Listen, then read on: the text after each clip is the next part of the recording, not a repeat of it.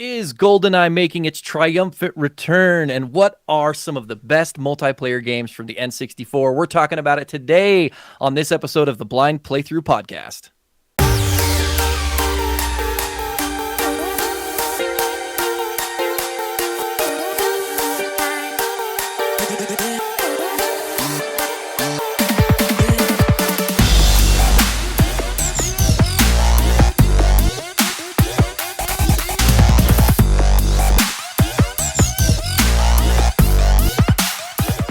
Hello, everybody. How's it going? It is Jerry here once again, alongside my brother Jeff. Hey, Jeff. How you doing? I'm good, Jerry. How are you doing today? I'm good. It was a long day at work, but I've had a good evening, so I'm excited to sit down and talk with you. I am excited. Absolutely. There is nothing better than ending the day talking about potentially one of the greatest console video games ever, and that is GoldenEye. GoldenEye has been in the news recently. There's been lots of breadcrumbs, but kind of things have picked up more so recently because of some comments made by Jeff Grubb of VentureBeat.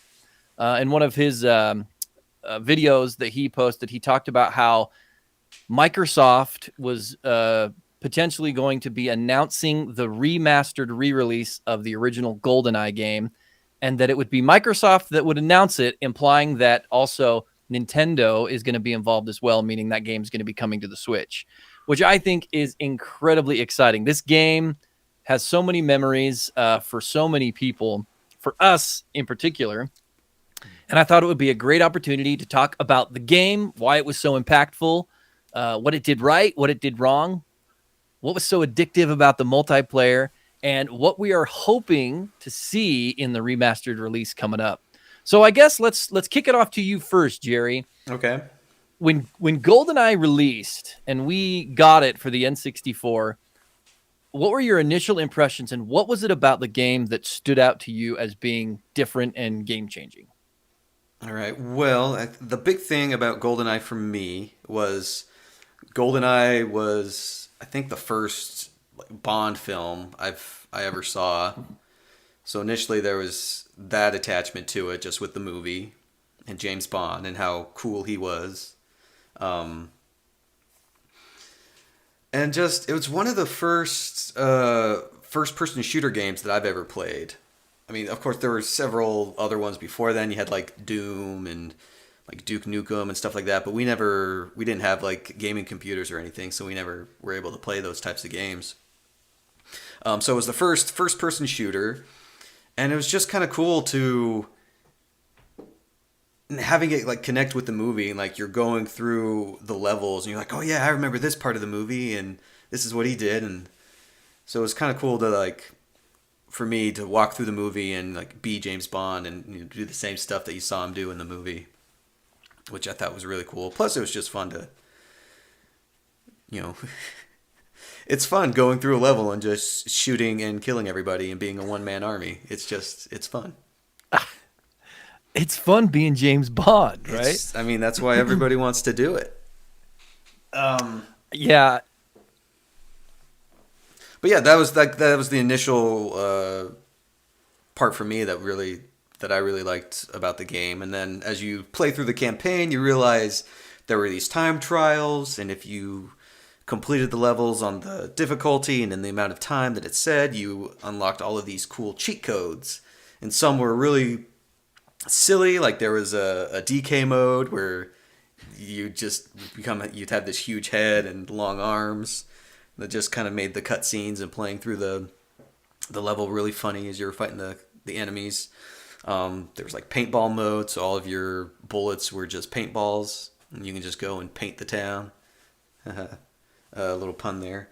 And then, but then there were some really cool ones where you can do a cheat code that unlocks, you have all the guns in the game. So, for certain levels you can only have access to certain guns, and all of a sudden you have them all, or you can just run through with a rocket launcher and blow everybody up. So just different cheat codes like that you can unlock and discover, and that kind of just made the replay value of the game a lot more fun for me. And then, of course, there was the multiplayer. That was the big draw for us. with you, me, and our other brother Jay, we always any game that we could all play together at the same time, like immediately had increased value, at least for me, and I'm assuming for the rest of us as we were growing up. And it just so happened that GoldenEye had one, and it was amazing, and it was a lot of fun. Yeah, I think, the N64, even though it really wasn't super successful for Nintendo overall in the grand scheme of things, I think what it did so well was the addition of the 2 additional controller slots, right? So out of the box, you could play 4 players, which was huge for us, like you said, because we had 3 boys that were pretty similar in age. And then, of course, the first venture into like the 3D graphics for console gaming was super interesting. And I think GoldenEye not only did the 3D graphics part right, and it kind of made a big impact, on us then. But like you said, the multiplayer side of it, it just really proved the concept of being able to have couch co-op, and split screen multiplayer was just a totally brand new thing to us, and it really did it right. So yeah, let's talk about the single player first, because honestly, that's the thing that first stood out to me. There were a couple of things that really caught my attention, and I think kind of paved the way for first person shooters moving forward. One is that not only was the objective in the game to get through to the end of the level and to kill all the bad guys, but it also had different missions and objectives that you had to accomplish throughout the level. Like throwing a tracker beacon on the satellite thing, or destroying all the alarms, or destroying the mainframe computer, or it had these different objectives that were part of passing the level. And you could beat the level, quote unquote, get to the end and get to the ending animation without completing the missions, but then you would fail the level and have to go back. And it wasn't super obvious as to what those were. Yeah, And I thought that was such a cool, unique take. yeah, that was really cool. And with each level, they had like 3 different difficulties, and depending on the difficulty, it would change those mission objectives and those things you had to do. I remember that. And that was a cool aspect of it, of the single player. That was a lot of fun. So, like you said, the replay value, right? You'd go through it on the quote unquote easy mode and go through the objectives, but then when you replayed it on the harder difficulty, it wasn't just about the enemies being stronger, you taking more damage, but it was also about new objectives that you didn't have to do before. Mm-hmm. And so it was just you'd basically want to play through the whole game 3 times, to get through the 00 agent difficulty. So that was like super awesome to me. That just took the first person genre and turned it into something more than just shooting the bad guys. Yeah. But the other thing that I really liked about GoldenEye, and that was different from anything I had played previously, was kind of the reaction, the realism, and the animations of the characters. And what I mean by that is, specifically, if you snuck up behind one of the soldiers and you shot him in the butt, he would jump up in the air and like hold his butt like he had been shot, and reacted to where you shot him in kind of unique and fun different ways that we had never seen before. So it just kind of added to that level of like realism for me, which just made it so fun to play through and to see what the guys would do, the characters would do as you shot them or blew them up with a mine or whatever, whatever your objective was at the time. Yeah, the AI for that was definitely interesting because, like you said, they would react differently depending on where you shot them. Like, you mentioned the butt, but there was like if you shot them in the arm, and then they would grab their arm and be like, I got shot. That was definitely new and unique for that. And another thing of that I really liked was, and it's gonna sound a little silly, but like it was the cutscenes at like the beginning or the end of the levels that kind of like introduced you to what you were doing, and then like as you successfully completed the mission, it would have just these like quick little cutscenes, and they're very simple and not the best, but it was still just kind of cool to see at the end of the level, and you're like the explosions going everywhere, and then Bond does a little pose and walks away. But yeah, the little exactly. Yeah, I know, right? You look at him now today, and it's like, oh man. But yeah, it's like And the little touches that really kind of sold the idea of the first person shooter to me, that like immersed you into being James Bond. Like one thing, like it's so simple, but I remember like seeing it for the first time and being like, whoa, that's so cool. But when you would press the start button, instead of just pausing the screen and going to like a menu, there would be a little animation of James Bond lifting up his watch and, you know, lifting up to his face, and you would like zoom right into the watch. And so it was like you were looking at the watch, was the menu. And so just little things like that made the game stand out to me, made it different, made it unique, made it kind of like that wow factor as far as a first person shooter goes. And then also the music for it was really good too. It had some Yeah. awesome music Yeah. for the levels and the. Oh, there was like a little funny like meme video I saw a little bit ago that was talking about GoldenEye, and it was basically like it's like the game developer or the game composer making the pause screen music for GoldenEye, and it has a guy running through a little skit, but he's like, "Now, just so you know, this is a video game, so you don't the music doesn't have to be good at all. You know, it doesn't have to." He's like, "You mean, do you mean like this?" And then plays the music, and they're all just like slowly starting to headbang and jam out to it just because it's so good. It really was good. And, you know, music is such an underrated element of a good experience, right? Whether it's a movie, TV show, or a video game, if the music isn't on point and isn't good, it can really like detract from the longevity. Like I, to this day, I think that one of the reasons why Star Wars, the movie series, is so you know, it's so iconic. One of the reasons why is because of the incredible soundtrack from John Williams, right? Like you can't think of Star Wars and not hear the music. No, I mean, And so, yeah. yeah, you, yeah, music definitely has a big impact, and it's one of the things I loved about GoldenEye. And like really any like popular game nowadays, the ones that are like the either like the sleeper ones that kind of go underrated, but like everyone loves, or just the big hits or whatever. It's it's gameplay and all the stuff that they do, but another common factor that I've noticed a lot is just how awesome the music is as well. So music is a big deal in video games. People may not think so, but it is. Totally. And the GoldenEye music was so good, especially for the time.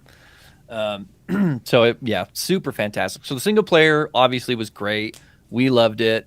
You know, you got to drive a tank, you got to shoot locks off doors, and you got to do all sorts of crazy things. But where the real time was spent in GoldenEye was in the multiplayer. Oh yeah. So I'm going to pass it off to you again first. Jerry, tell me about what made the multiplayer of GoldenEye so much fun. The customability of each game that you played. There were tons of maps of the different levels. That it could take you a while to go through and play them all, so that was always fun. Choosing what type of weapons you're playing with. You can change kind of the handicap and like how easily you take damage or how long it takes for you to get killed. I'm trying to remember other things, but and you can also activate the cheat codes in multiplayer as well. So you can just have a paintball match with your brothers to make it PG friendly for the parents. We're just playing paintball, Mom. Our parents never really had a problem with it not being in paintball mode. I'm just saying, but one, the customability and things that you can do to make each game unique. Character selection was another one. I mean, obviously you could be James Bond or Alec Trevian, the main characters in the movie. But then there was also a plethora of, guess what I'm going to call, I want to say NPC, but it's not what they are. But just like random guard characters you came across throughout the game. So you could be the Siberian guard number 2, or just different things. So character creation, and then even there were characters from other James Bond movies that you could be that weren't in GoldenEye. Like you could be Baron Samedi or Odd Job, though we banned him because you could never. I was We always banned Odd I was Job. gonna say nobody could be Odd Job. He was unfair. Odd Job was OP, OP in the olden times. Or Jaws, different. The amount of characters that you could play was always fun. So we would always have our favorites and kind of would always fight over who we'd get to be. And and then it's just really going. And for me at the time, it really felt like there wasn't one.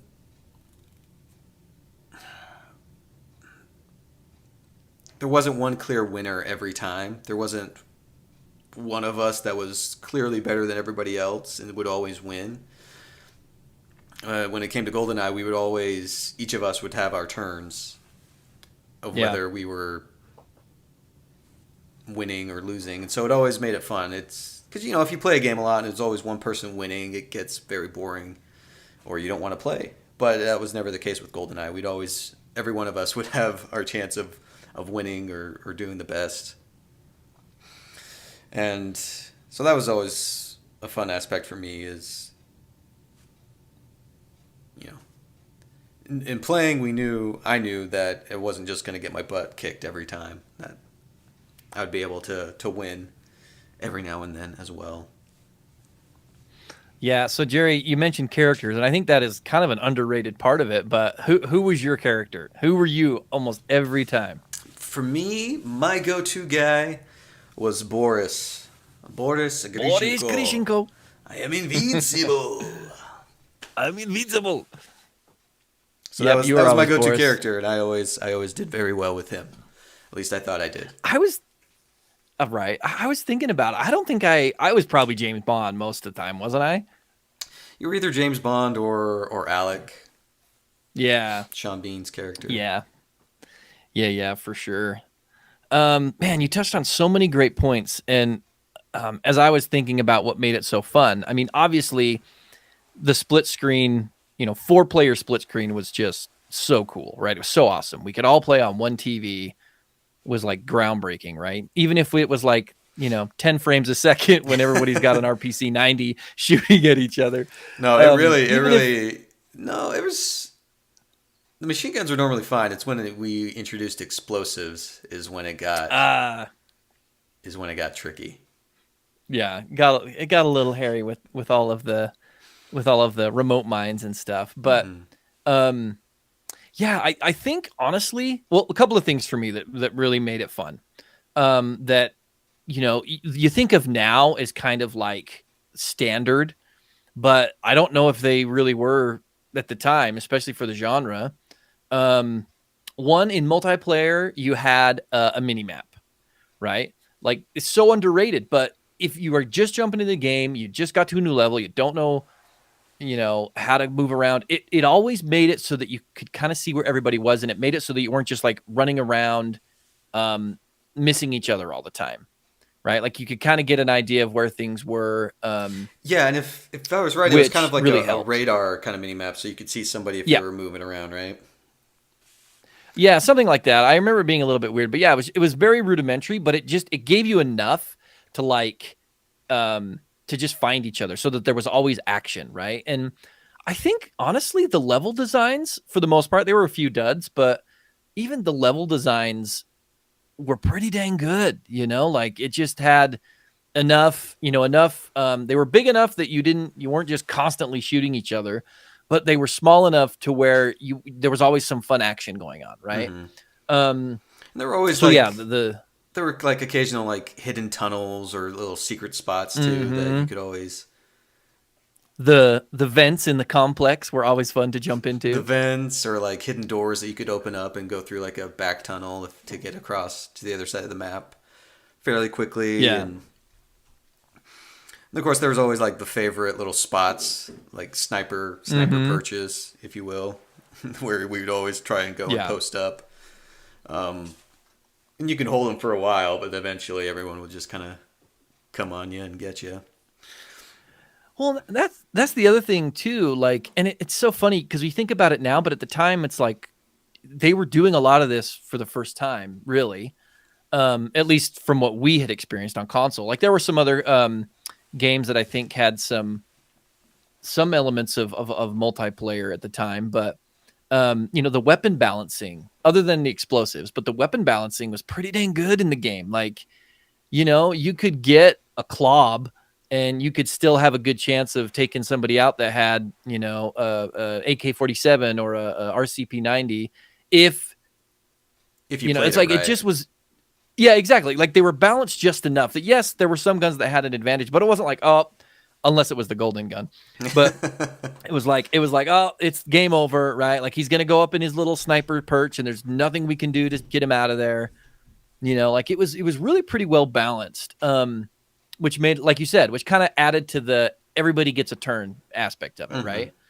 And then the other thing that you hit right when you were talking about it, but it really was ahead of its time, was the customization options in the game, right? Like you could make the game to fit whatever you wanted it to be, really, and pretty easily.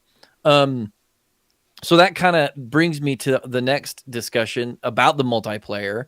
Is for us in our childhood, what did we do? How did we modify the game to make it our own? And what did we do most often in terms of game modes? There's one thing I can think of specifically that really made the game more fun for us, and that was adjusting the handicap, right? I think out of the box, GoldenEye, its multiplayer, it just took too long to kill each other. Yeah. Like you had too much health, and it made it so that you just got into these like, strafing circle battles where you were just circling each other and shooting for forever. Yeah. And so we always would do -10 on the health, and that was like just the right amount where you didn't die first shot. Like you didn't die with just one shot, but you didn't survive so long that it made it not fun. Like it, Yeah. if you got the jump on somebody, or you had the drop on somebody, you had a pretty good chance of killing them, but it wasn't game over, right?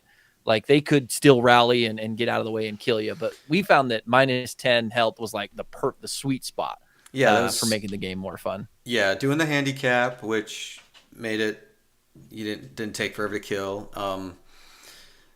And doing that kind of made the body armor really important for us. So that was always a point of contention. And when we were playing, not between us, but like it was a congestion point. We would always be going for where we knew the body armor was on the map. So we would always be running into each other. So yeah, that was handicap. And then, what else did we do customization wise? We always just messed around with the different weapon sets. And if we were feeling very silly, we would do slappers only every now and then. Slappers only. Throwing knives only. Remember that one? Oh yeah, throwing knives. And then there was explosives only, where like we would just set remote mines like across the whole map, and so you'd be like walking around, and just every like 5 seconds somebody would be running into a remote mine and blowing themselves up, and just laughing about it. The remote mines and like proximity mines. So yeah, we just throw mines, and that was when the frame rate tanked for sure. Oh yeah.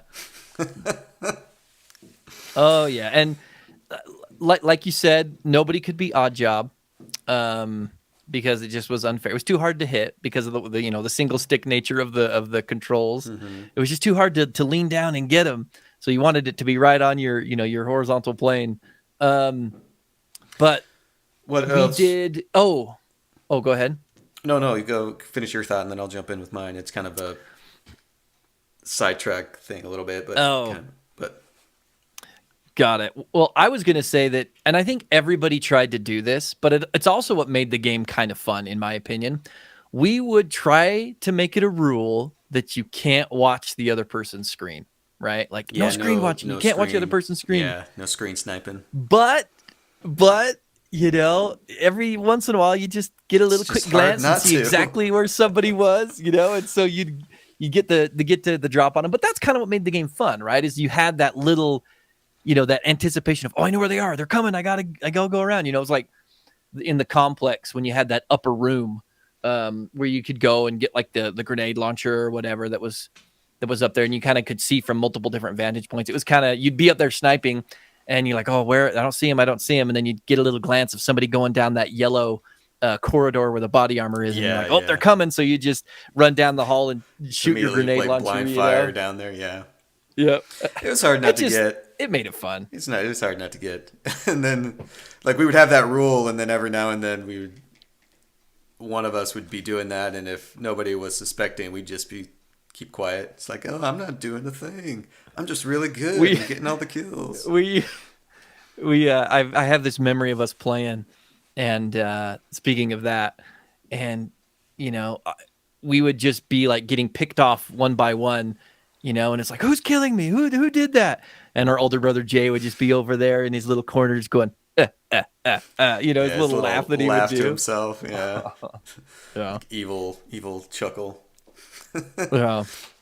But the thing I was gonna say, like, also very specific for us, it didn't really affect gameplay at all, but it was just we had very specific positions that we would occupy, very specific controllers that we would have. But specifically for you, Jeff, is that you would always have to be, was it controller number 3 who was in the bottom right, or was that 4? Well, 3 or 4, yeah. So I would be 3 because I'd be in the bottom, whatever was the bottom right or left or whatever. I would be in that one. Yeah. Yeah, Jeff would need that part because that would best position for him to be able to see and not really block everybody else. Right. I mean, blind gamer here, I could just occupy that little portion of the screen and I wouldn't be getting in anybody's way. It was great. Yeah, because if you had the top right, you'd have to be like kneeling up and blocking a corner. So that was something I've fond memories growing up of. We'd all have our positions whenever we were playing, and Jeff would always be bottom right corner of the TV looking on. Yeah.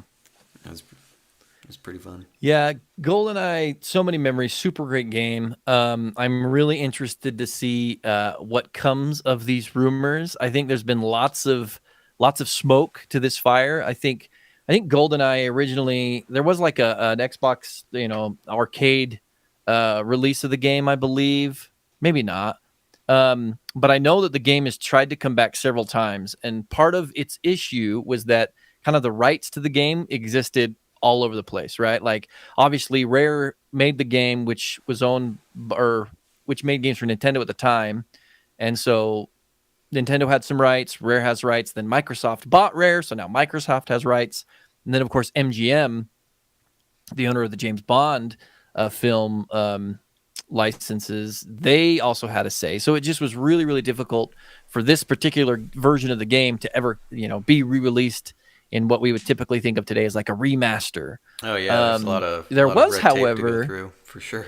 Right, lots of red tape. There was, however, though, a imagining, a remake of the game, if you will, that came out for the Nintendo Wii and then eventually came out for the Xbox and PS3, I believe, as well.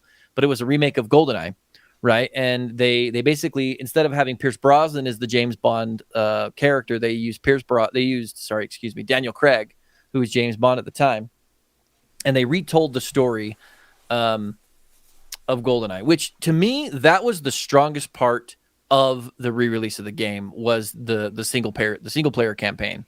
I think they got one of the James Bond writers on board to help them write the script and story for the game. So it was kind of a retelling of the original GoldenEye story, but it was great. I mean, the cinematics were really, really good in the game. I really liked the stealth mechanics in the game, which there was a little bit of that in the original release of GoldenEye, but I really liked how you could play the game in a bunch of different ways. But I always liked to play it the stealth approach, where, if you could snipe and kill guards quickly and not alert the rest of them and sneak around the levels. But if you alerted a guard, or he got to an alarm or something like that, or you set off a security camera, then all of a sudden everybody would be after you. I think that was a really, really strong point of the game, in my opinion. What about you? What did you think of the re-release of the game, or the reimagining of the game?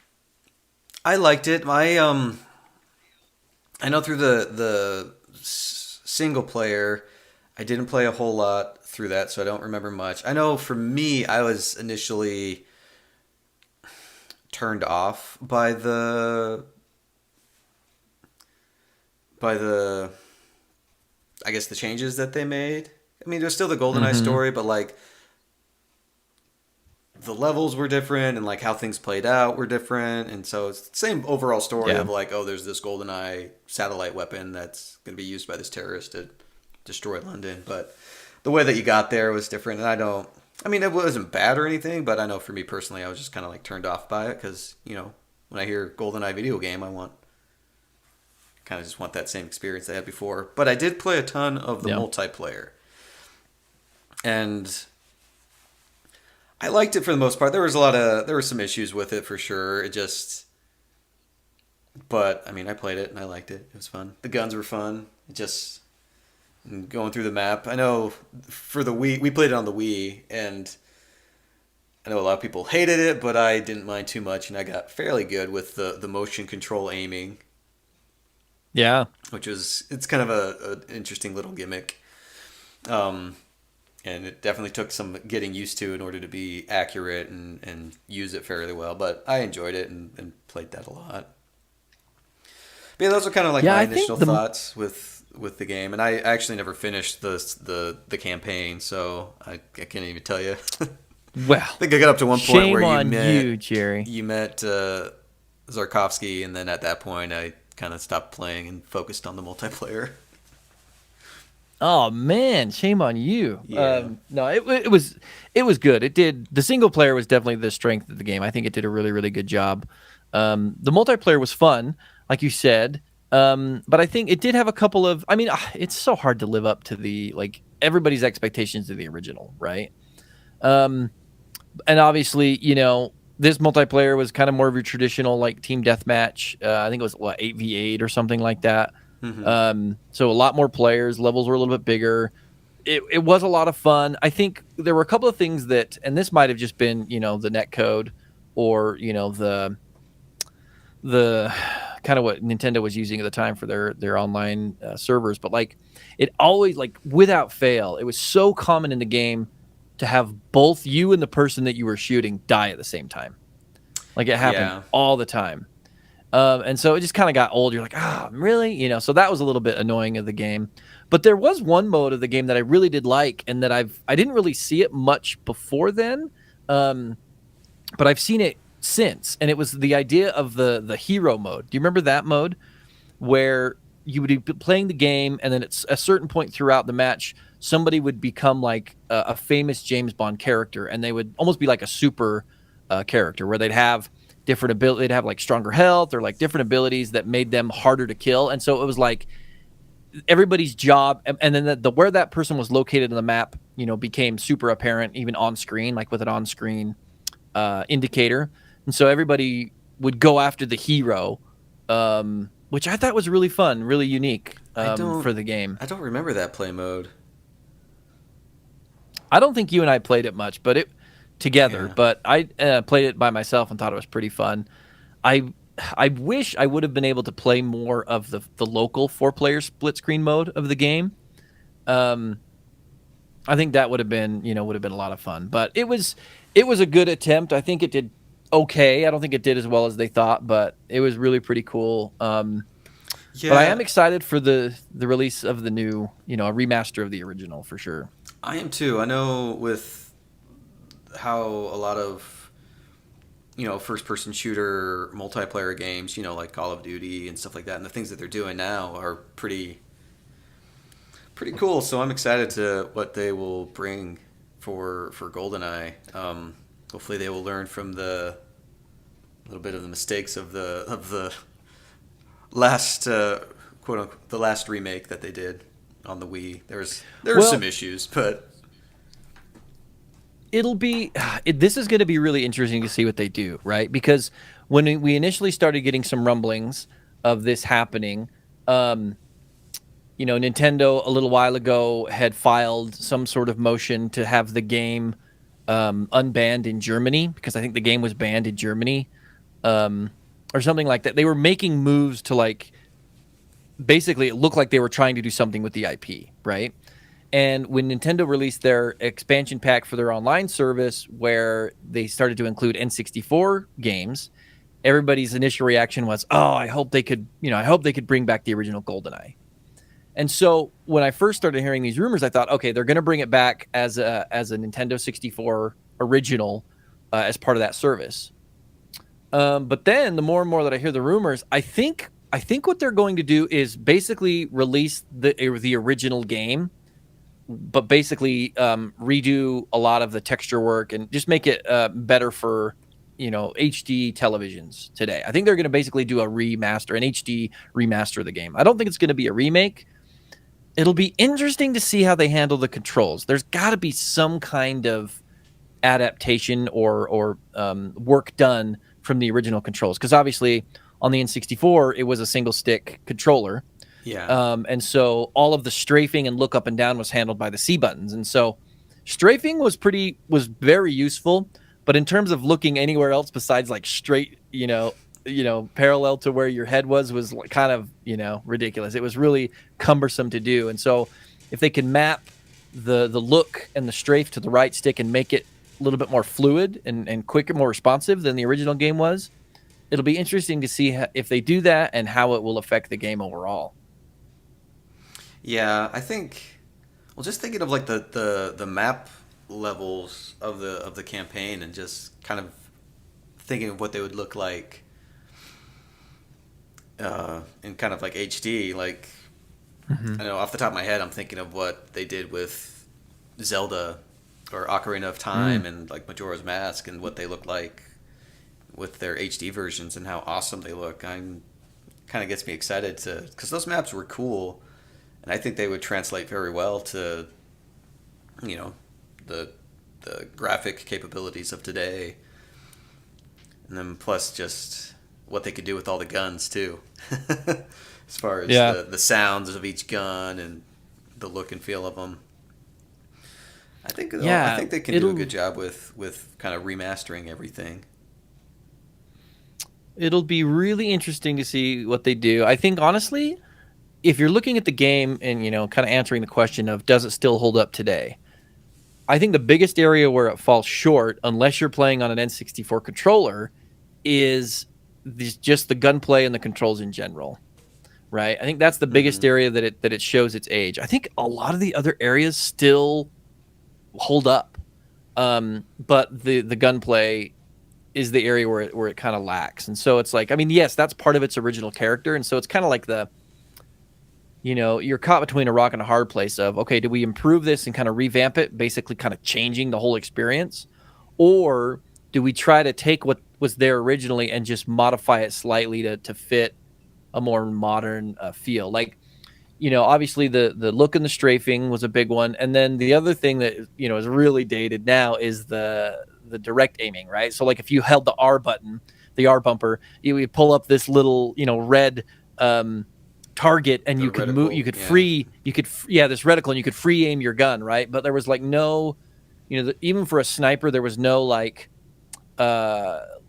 aiming down sights like you would expect in games today, or any kind of like scope effect like in a sniper rifle. It zoomed in the screen, but it wasn't like you were looking through a sniper rifle scope, Yeah. Things like that they've kind of added to the experience to make that feel more immersive, that didn't exist in that game. And I wonder if they're going to try to implement some of that, or if they're just going to keep it true to form and just make it look better on an HD TV. It'll be interesting to see what they do. With that question in mind, another big thing that I wonder what they'll do is movement, because there's just one speed that you could walk. You could crouch, but it was kind of cumbersome to get into that, so they could translate that pretty easily, I would think, for the crouching. But a lot of games, like the standard today now, is of course sprinting, sliding, and jumping, mantling and things like that. Just the things that you just couldn't do in GoldenEye. So that would be another interesting question of to think about, is if do they update those things, or just keep it where you're just walking at the one speed and you can crouch, but that's about it? But do they implement, jumping and and being able to move around a little bit easier. With that, do you think that Yeah, would it's like? Do you think that would ruin the feel of GoldenEye, or would it help to enhance it a little bit? I think if you're gonna keep the level like for the multiplayer specifically, if you're gonna keep the level design the same, you almost, which I think everybody wants to some extent, I think you have to keep the controls the same because otherwise, something as simple as like being able to jump or sprint really changes the dynamic of the level, in my opinion, right? It like to be able to run faster and sprint kind of like shrinks the level down. And they're, some of those levels are already pretty small to begin with. And so it would kind of, I don't know, man. Sliding, I think, is out. I don't think sliding would be Yeah, something that would help that game. Jumping, man, maybe jumping. I don't know. I don't know. I'm kind of 50-50 on that, whether I would like those things or if I would want them to keep it the same. yeah, I don't know. I don't know. Sprinting, I don't think you need too much in the levels because you're just. I mean, there's a couple where you would maybe want to sprint, but the other levels were, I don't know. If they put in sprinting, that would be all right, and I think it'd be okay. Um, Yeah, like if you had sprinting at the temple level, that would be fine, right? That level is pretty big and open. yeah, there's some maps where they're big and like sprinting could be nice, but then there's other ones that are fairly close quarters. So sprinting would kind of you would constantly if you were always sprinting. I mean, and this is common in other games. You'd be getting killed while you were sprinting and before you could aim your gun. Yeah. Um, Yep. Jumping. Would I want jumping? I know I asked the question, and I'm going to answer this. I don't think you'd want jumping. It would just, like you said, change the dynamic of the how the levels lay out, and it would change a whole lot of as far as like how you can access things. Mm-hmm. One thing that was like it's like a simple thing today, but it didn't exist in that game that they could implement that would be make it feel a little bit more modern is, there's no melee in the game. Like if you wanted to have a physical attack, you had to switch to your no gun and you would just use your your Yeah, karate yeah. chop. There's that is something that there wasn't just a standard melee button to do. If you wanted to do it, like you said, you'd have to go to the melee weapon. Which, depending if you had the all guns cheat code, that could take a while to get to. Oh, so there's another thing about it that doesn't, we figured out better ways to handle this today, but the weapon management, right? Hmm. A lot of games do. That was one thing that was so cool about GoldenEye is you could have all the weapons, right? You didn't have a weapon limit like some games do today, where you'd have your primary and a secondary, but you could have all the weapons. But what that meant was that in order to get to guns, you just have to cycle through the whole list. I wonder if they would implement some kind of like weapon wheel or some kind of way to quickly access this particular weapon. That might be an okay addition, in my Yeah, opinion. I that think would that can make be. it feel more modern. Yeah, that would be cool because you could always because with the way that the maps were, the weapons would all be laid out throughout the map, and you'd have kind of a standard starting gun, Yeah. and then you Would would. you do you start with a gun? You know what? Now that I'm thinking about it, I don't think you I did. don't think you It did. was just slapper, and you just run around to. You'd have to learn the layout fairly quickly in order to get the gun that you wanted. Mm-hmm. But yeah, like you said, you just have to like if you picked up all the guns, then you just have to like cycle through them all to do what you want, or you could pause and go to the weapon part of the pause menu and go down the list of weapons and then select what you want. But that's a little troublesome in multiplayer. Right. In Hang the on, guys. campaign, that was fine, Let me pause. Yeah. but Yeah. Well, in multiplayer, not so much. I'm excited to see what they do. I mean, the rumors are pointing towards a pretty imminent release. There was a leak on one of the I can't remember exactly what it is, and it's an Xbox website that tracks achievements or something like that. And there was a whole list of GoldenEye achievements that were listed. So, I think when Jeff Grubb kind of talked about it, he was under the impression that it could happen within a couple of weeks. So it might be soon. It might not be. I don't know.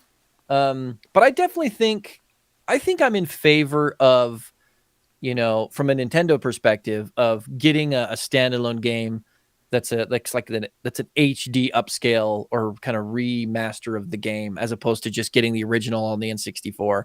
It'll be interesting to see how they handle the multiplayer, if they will support like a 4-player split screen, how they'll do online. Because the way that the NSO expansion pack works right now is that you can play multiplayer online, which is fantastic, but it does still retain the original, split screen nature of the game, which, like in GoldenEye's case, could be a super cool thing in that it kind of brings back that feel. But, in terms of making it feel more modern, kind of having a full screen experience might be more appropriate. So I don't know. I'm excited to see what they come up with. Hopefully we'll hear soon. And even though GoldenEye was such a fantastic game, it is not the only multiplayer game on the N64 platform that made that console so fun. So, kind of at the end of our podcast today, I thought it would be cool for each of us just to take a turn and say another multiplayer game that really stood out as being super fun from the N64 era. And since it was my idea, I'll go first. Okay. I'm going to pick something a little out of left field. I'm not going to pick one of the regulars, which you are more than welcome to do. Okay. But I'm going to pick one that I don't know if you even remember much of, but I remember it being super fun. Do you remember Bomberman 64? Oh yeah. Bomberman 64. That was a super fun, different multiplayer game in that, it's kind of an isometric perspective, and it was one level where all 4 characters existed on the same screen. But I remember having so much fun with that game for the time that we had it. I think we just rented it. I don't think we bought it. Back in the day when Blockbuster was around. Yeah, we just aged ourselves, Jeff. Thanks a lot. Listen, you. Back in the day, there was a place called Blockbuster that you could go to and rent copies to play for like the week, and then we would beg and plead to go with Mom. Can we please, if we do all of our chores, can we please go to Blockbuster and rent a game? Oh man, it's the ancient ancestor of the Game Pass today. That is, of the Xbox Game Pass. Oh my gosh, the Game Pass. Yeah, seriously. But, Bomberman was. Yeah, Bomberman 64. Yeah, okay. Super fun, different. I know they released a version of the game for this. A new version of the game for the Switch, which I've never played, and I think it's actually free to play now. Super Bomberman R. We should download that and check it out. I think it would be a fun trip down memory lane to check out. Yeah, we'd have to check that out. All right. What about you, Jerry? My turn. Another multiplayer game. See, now I'm trying to think of and not kind of go with the standard answers that most people say when they talk about the N64, so I'm gonna try and not say Mario Kart, even though that was fun. All right. Oh man, just the classic.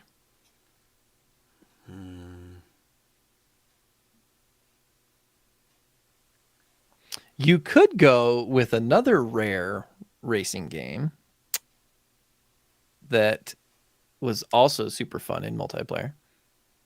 Oh, okay. Let's see if we're thinking of the same thing, but I know we played a lot, and I really, really liked it. But it was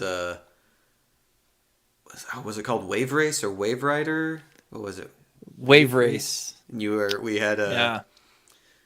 on skidoos, little jet skis. No, it was skidoos. It was like the standing jet skis. Mm-hmm. And you just race, and it was just water maps, and you just would race on those. That was a lot of fun. I played the Wave Race crap out of that game. So fun. I think that was a launch game, and honestly, to this day, man, the thing about that game that was so incredible and still holds up is just the water physics themselves were pretty amazing. The way that the water moved, the graphics of it, just the way that it reacted to the jet ski as you raced was pretty incredible. No, there's some cool things that you could do, because I remember when you go off of jumps, you can manipulate it where you would dive and kind of go underneath the water a little bit, and then kind of pop back up, depending on what you were wanting to do. And then Yep. I know the big thing that I remember that I always think of whenever I think of that game is there was a secret vehicle that you can unlock, but it was instead Ooh, of a jet ski, you would ride a dolphin, the dolphin. and you'd just be riding on a Yeah. dolphin.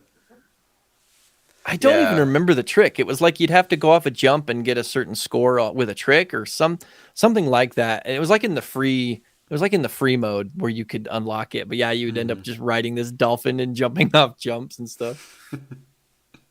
But yeah, Wave Race. That was a fun racing multiplayer game. That was a lot of fun with different characters that you can select and all different looks and yeah, the tricks that you could Man, do and stuff. It was fun. that would be a super fun game for them to bring to the Nintendo 64 online service. I think that one would be a super fun one. I wasn't thinking of Wave Race. I'm gonna do a bonus. I'm gonna do a bonus answer. Okay, Okay, all you right. ready? I was thinking of Diddy Kong Racing. I was tempted to say that, but that was like a little too similar. I mean, they're Diddy similar, but yet Kong they're Racing. not with Mario Kart. But Diddy Kong Racing, yeah, that was another fun game. Oh man, I would love for that game to be re-released in some form. It was so different. Like, and honestly, it's something I think Mario Kart, the next Mario Kart would do well from the fact that yeah, you had these races, but there was a game inside the game. You know, like you had this over There world that you was could drive around, there and you was an had to do actual things like and unlock things, story and to like why you were racing and doing these things. right. And correct me if I'm wrong, but weren't there was some element of like a boss battle, but it was like a race. Like you had to beat this particular boss in a race, and he was like super hard to beat Yeah, in order to unlock and things like that. Was yeah, that how they did it? the kind of yeah, that was very much what the game was. There were these different zones, and you would go through the races, and then after you get a certain amount of, I think golden balloons is what it was, you could challenge the boss of that zone to a race, and you'd have to beat them, and they were, you know, they all had their different little quirks, but they were all pretty tough to beat if you weren't used to them and or didn't know all the tricks and stuff. But Yeah. then they would each give you a piece of like an amulet or a key or something, which then unlocked the final boss. But yeah, Diddy Kong, that was so fun. Yeah, super fun game. The multiplayer was fun. I mean, not as addictive and kind of like easy to pick up and play as Mario Kart, which I think why Mario Kart was kind of a superior multiplayer game. But Diddy Kong Racing, super great game. Obviously, Mario Kart was like, geez, man, the battle mode for that game is still probably the best battle mode there is for a Mario Kart game. Oh yeah, I But know I know um, if I had to choose in like the balloon battle with like the Mario Kart 8 Deluxe that's for the Switch or for the 64, I would choose the 64 one every time. Just doesn't feel the same in yeah, the newer ones. So no, and the newer one, the speaking of Mario Kart 8 Deluxe, they really fixed the battle mode. You didn't have a Wii U. I did, and the battle mode in Mario Kart 8, the original, was like hot garbage. It was such an afterthought. Like it was just not even fun. Like it was they basically had you just like race on one of the racetracks from the game. And so like you'd be starting at different points in the racetrack and you just drive around. You could turn around and stuff, but it was like it was really dumb. And so I'm glad that they fixed it. I think some of the modes that they brought to Deluxe that made improved upon it that I think are super fun are some of the other game modes like the Renegade Roundup. Some of those modes are super fun. But yeah, the original battle mode, Block Fort, bring it back, Nintendo. Let's go. We need yeah, Block Fort. Block Fort or what was the That other was the one that we best. played a lot? There was Double Deck, like a double decker one that Double we Deck, played and a then there was lot like a on. skyscraper one. Yeah. But Block Fort was Yeah, that one. the bread and butter for sure. Oh yeah. And for those watching or listening, tell us what your favorite multiplayer game was that growing up. It doesn't have to be the N64. It could be the Sega or PlayStation, or it could be the Atari for crying out loud. Tell us your favorite multiplayer games. Because I'm interested to Yes. know, and I wonder how many people have the same kind of thoughts and or experiences that we did. Yeah, there's so many that we didn't even get to play, you know. I mean, totally different time and era. There wasn't the internet to know all the games you're missing out on. You just see a box art at the Blockbuster and think that was pretty cool, you know. And you go But yeah, for I'd it. love to hear what you guys think. Tell us what we missed out on. Um, Jerry, I think we're gonna wrap it up here. Thanks so much for hopping on board. Looking forward to keeping the podcast going. Um, I'm Jeff once again, the blind gamer here, literally and figuratively. um, but thanks so much again, Jerry. Kind of give your outro, and let's send it to next time. Yeah, thanks again, everybody. Again, my name's Jerry. I am the one that can see between the two of us. Um, sorry. That's But right. thanks so much. If you guys enjoyed the podcast, go ahead and hit the like button. Subscribe to us as well. We're planning on coming out with kind of weekly episodes and maybe more depending on how things go. But yeah, again, just leave a comment below on your favorite multiplayer games, and also if there's a topic or something that you'd want to hear us talk about. We're just two brothers talking about the things that we enjoy, be it video games, movies, and anything in between. But yeah, let us know what you guys think, and we'll just see you all next time. Have a good one, See you, everybody. everybody.